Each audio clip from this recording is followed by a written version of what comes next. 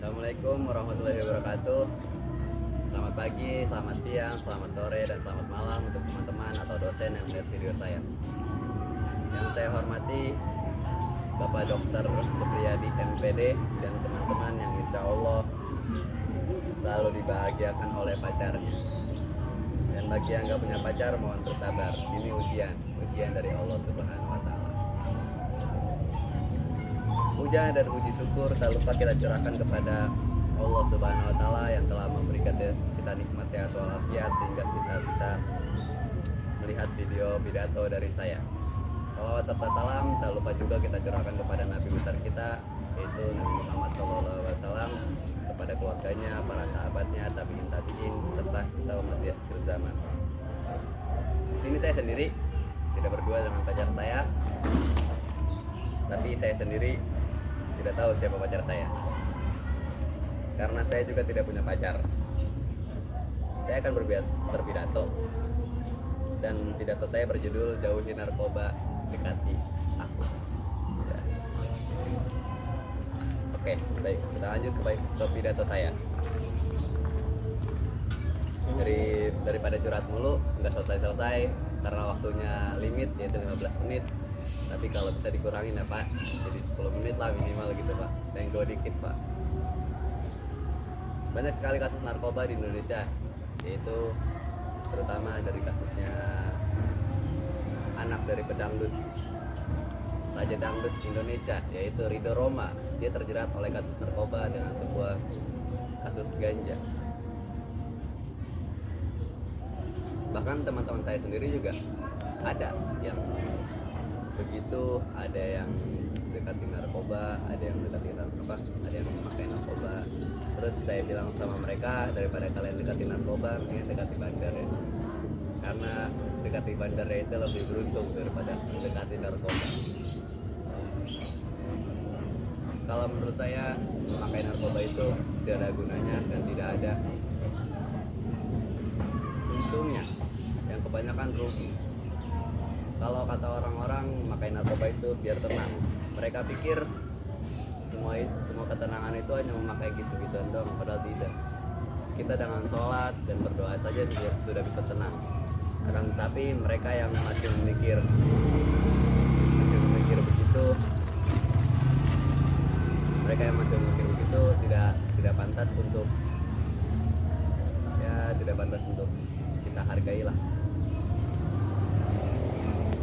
Terutama kalau kata teman saya yang memakai narkoba, dia itu habis diputusin pacarnya.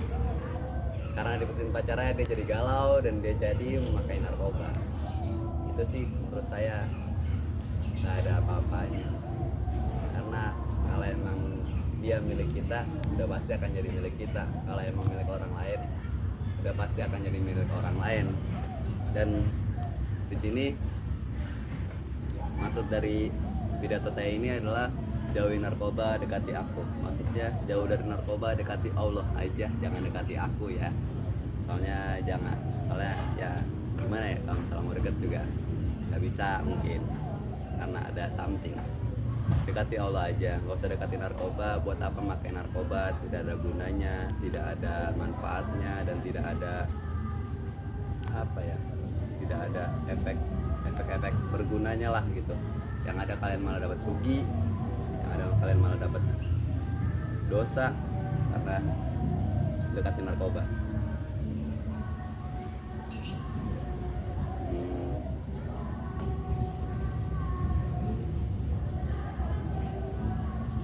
Dan juga narkoba itu memiliki efek samping yang sangat merugikan, yaitu otak jadi kurang sinkron, terus pikiran kurang fokus, suka bengong, suka ngelamun, menghayal.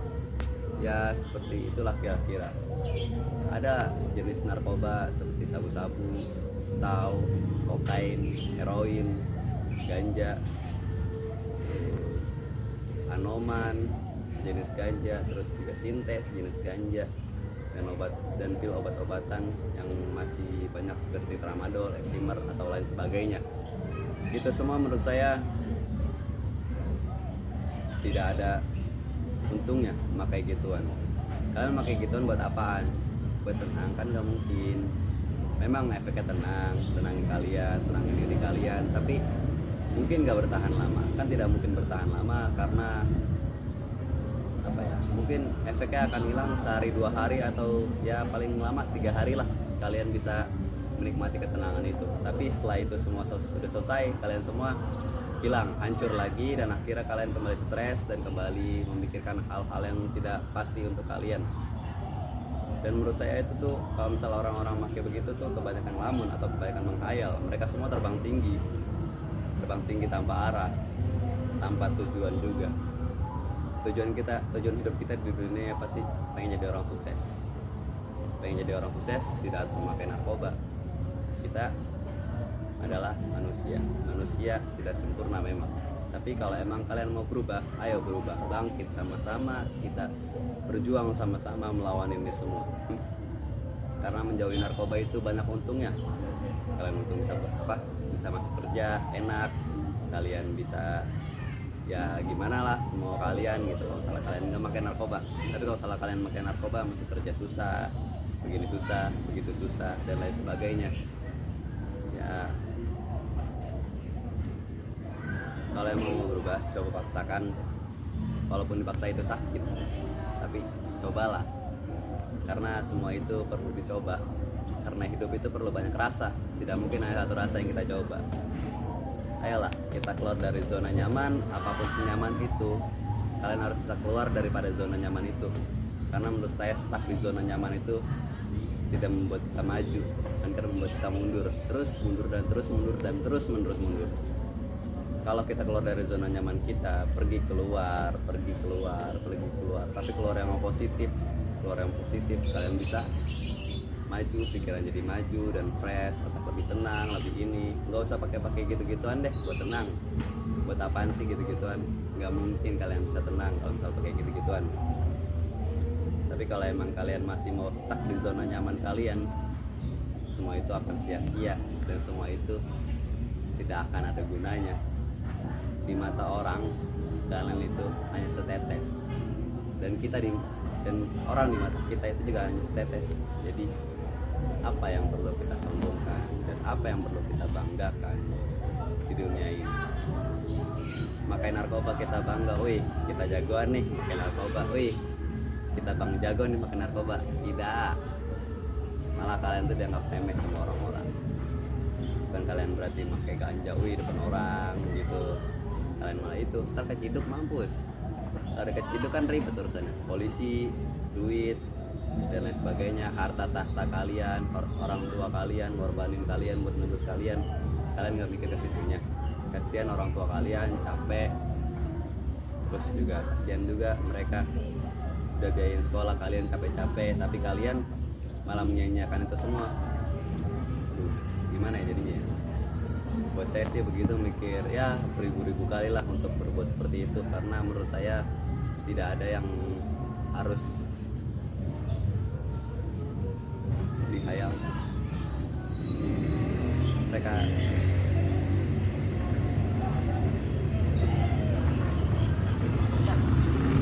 kalau memang kalian mau berubah, coba paksakan.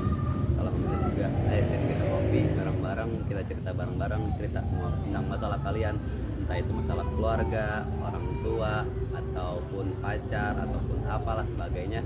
Kalian bisa curhat di sini, kalian bisa curhat sama saya, tentang semua masalah itu. Insya Allah nanti saya akan kasih solusinya dan jalan keluarnya. Intinya jangan menyerah dan jangan terpaku sama satu tujuan kalian. Kalian tuh harus keluar dari zona nyaman kalian. Usaha itu tidak akan mengkhianati hasil. Kalau kalian berusaha, pasti kalian akan ada hasilnya. Kata-kata indah pada waktunya itu masih ada kok, nggak mungkin nggak ada. Kita semua akan merasakan itu indah pada waktunya. Kalau kita udah keluar dari zona nyaman, kita nggak stuck di zona nyaman. Karena zona nyaman kita itu begitu terus, dan asumsi kita juga begitu terus, maka akan terus-terusan begitu kalau emang kita begitu terus. Tapi kalau salah mindset kita, pikiran kita dirubah, coba jangan pakai gitu-gituan, jangan pakai gitu.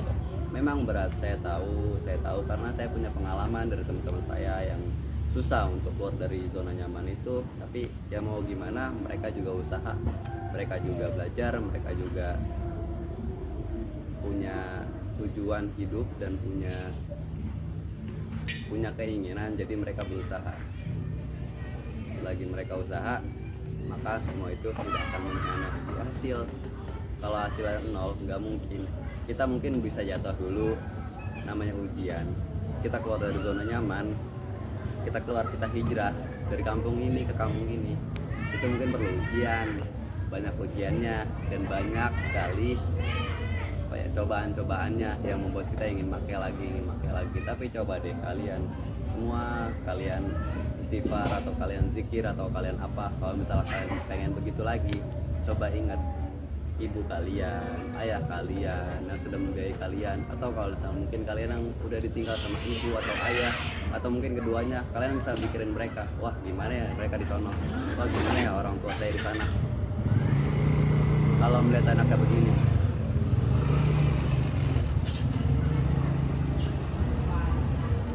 Kalau melihat anak begini, mereka di sono gimana ya? Kan mereka juga sakit dipukulin sama malaikat, mereka juga sakit dipukulin sama malaikat-malaikat yang di sono, malaikat-malaikat yang di alam kubur, karena anaknya begini, anaknya begitu.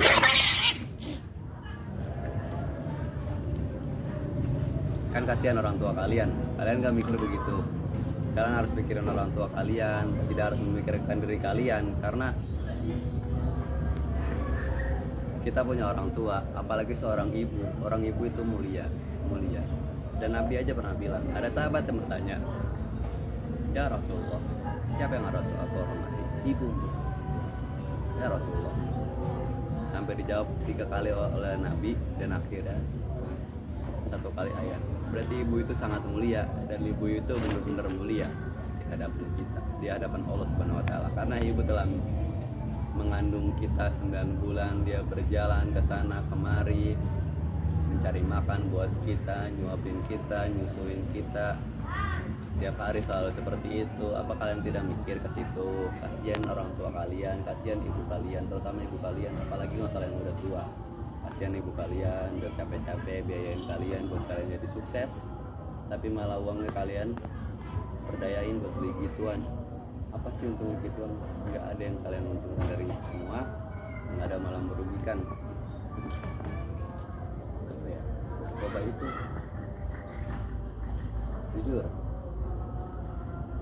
teman-teman saya banyak yang begitu, tapi teman-teman saya semuanya udah pada berubah. Ya berubahnya juga karena hidayah, mungkin hidayah dari Allah atau hidayah dari saya juga, saya pribadi, karena saya sering menasehati mereka semua. Ya hitung-hitung kalau misalnya ada saya, mereka tidak make, mereka tidak begini, mereka tidak begitu, mereka netral aja. Hidup netral itu seru, bre. Hidup normal itu nggak boring, nggak selamanya hidup normal itu boring. Lu ngerokok sambil ngopi, itu udah bikin lu tenang.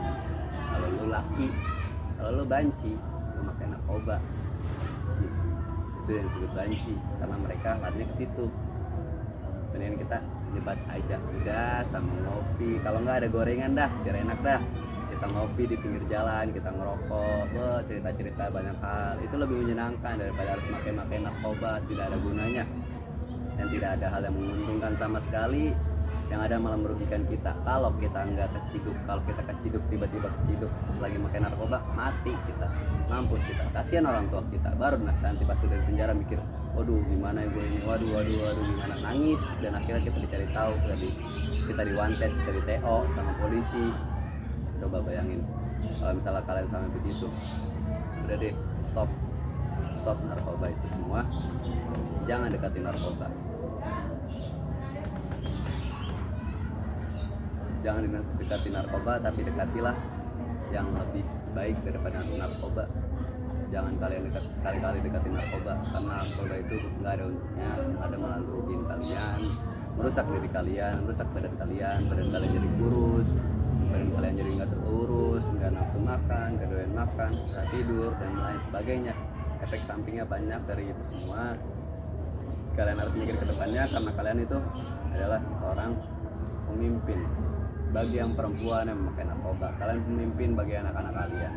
Anak-anak kalian nanti kalau misalnya udah lahir, madrasah pertama anak-anak itu ialah seorang ibu. Dan bagi kalian yang laki-laki, ayah, menjadi seorang ayah, kalian harus bisa menceritakan apapun kejadian yang ada di dalam hidup kalian. Nanti kalau selalu tanya sama anaknya, ayah cerita hidup ayah gimana ya, ayah dulu begini, malu yang ada kita nggak bisa nyeritain apa-apa, yang ada kita cuma bisa bengong dengan anak kita, karena kita tuh pemimpin yang ya insya Allah bakal jadi pemimpin yang luar biasa kalau kita jauhin narkoba. Tapi kalau kita masih terus-terusan deketin narkoba, nggak bakal ada untungnya.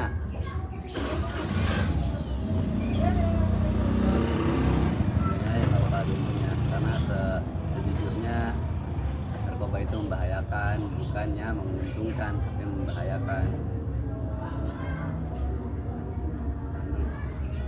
Assalamualaikum warahmatullahi wabarakatuh. Selamat pagi, selamat siang, selamat sore, dan selamat malam untuk teman-teman atau dosen yang melihat video pidato saya.